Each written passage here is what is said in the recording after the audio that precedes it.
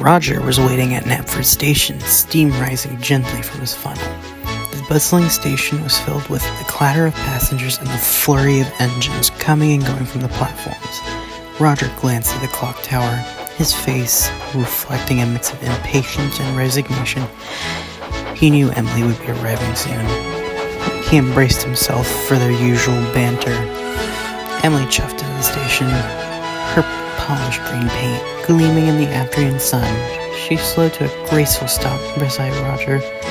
"Hello, Roger," Emily said snootily, her voice dripping with superiority. Roger sighed, knowing what was coming next. "Ha! You still stuck with trucks?" Emily teased, looking at Roger's line of freight cars with a disdainful eye. Roger grumbled, his frustration simmering between the surface. "Yes, Emily, and what's the matter with that?"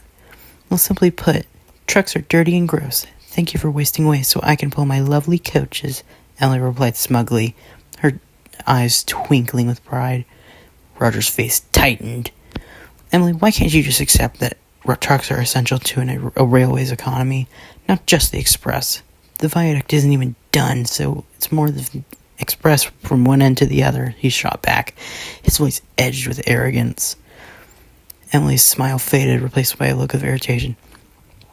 "I'm still more graceful than you'll ever be," Roger gruffed in response, but before he could say anything more, his driver called out, signaling it was time to leave.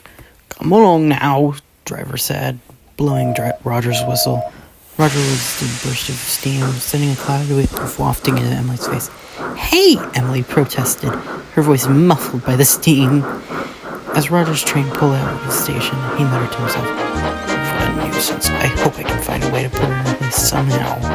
Roger grumbled, the thought lingering in his mind as they traveled down the line. That night, the yard was quiet, except for the distant sounds of engines settling down for the evening. Rogers was shunting in the yard when Neil, an old and wise engine, rolled up beside him. Neil had been around for years and was known for his calm demeanor and his practical advice. "Evening, Roger," said Neil, noticing Roger's troubled expression. "Evening, Neil," Roger replied, his tone heavy with frustration. "You look like you got something on your mind," Neil observed, his voice gentle yet probing. Roger hesitated before speaking. "Well, Emily's been a major jerk to all of us lately. I want her put in her place." Neil paused, considering his words carefully. "You know, Roger, I've seen many engines come and go over the years. I've learned that trying to one-up someone rarely ends well. Back in me early days, there was an express engine full of pride who thought he was better than the rest of us. He didn't even listen to anybody, not even his own crew." Roger's curiosity piqued. "What happened to him?"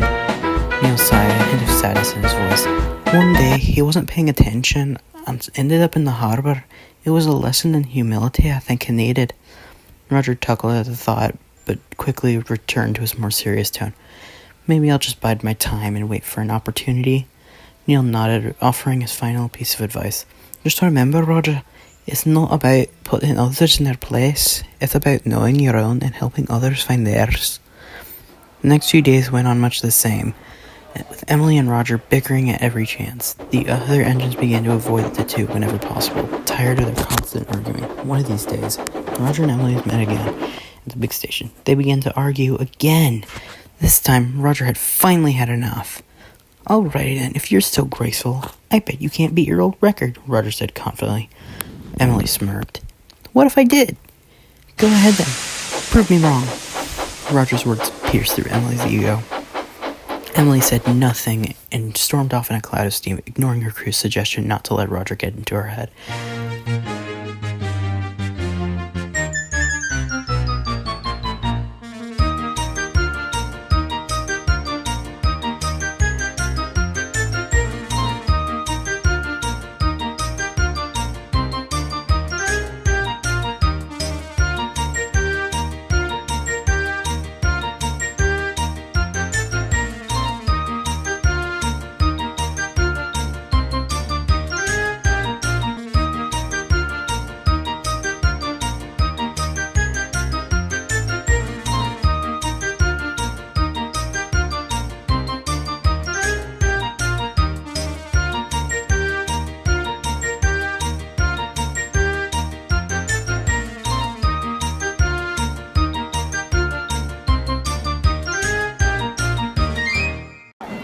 That evening, as Roger pulled into Knapford with the evening goods, the station master approached him with a serious expression.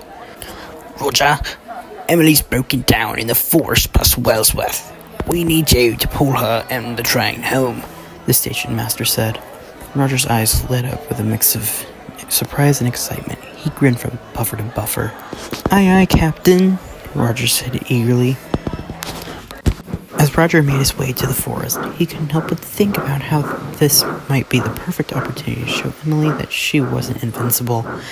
When he arrived, he found Emily looking forlorn, her cylinder blown and her pride bruised. Oh, looky here, Roger said as he approached. Little Miss Express Engine needs my help. Emily frowned, feeling that she hadn't done her best today. Her usual confidence had faded, replaced by a hint of vulnerability. Roger noticed this change in her demeanor and softened his tone. Hey, at least you did your best today, Roger said, surprising even himself with this kindness. Thanks, Emily replied quietly, her voice devoid of its usual sharpness. As Roger coupled up to Emily, they began the slow journey back toward Knapford. The forest was quiet, with only the soft chuffing of the engines breaking the silence. Emily, who had been brooding over her failure, finally spoke up. You know, Roger, I've always been so focused on being the best, on pulling the express, and I never thought how important other jobs are. Emily made her voice thoughtful. Roger glanced back at her, surprised by her honesty. Trucks and goods trains might not be glamorous, but they keep a railway running. I guess we have our parts to play. Emily nodded slowly, the truth of his words finally sinking in. I suppose I've been too proud. I always looked down on the trucks, but without them, there wouldn't even be a railway. Roger smiled, feeling the tension between them beginning to ease. Maybe we've both been too proud. It's never too late to change. They continued on in silence for a while, the awkwardness of their earlier arguments slowly giving way into a mutual understanding. As they neared Knapford, the sun was setting, casting the turns. Emily glanced at Roger, a genuine smile on her face. Friends now? Emily asked, her voice hopeful.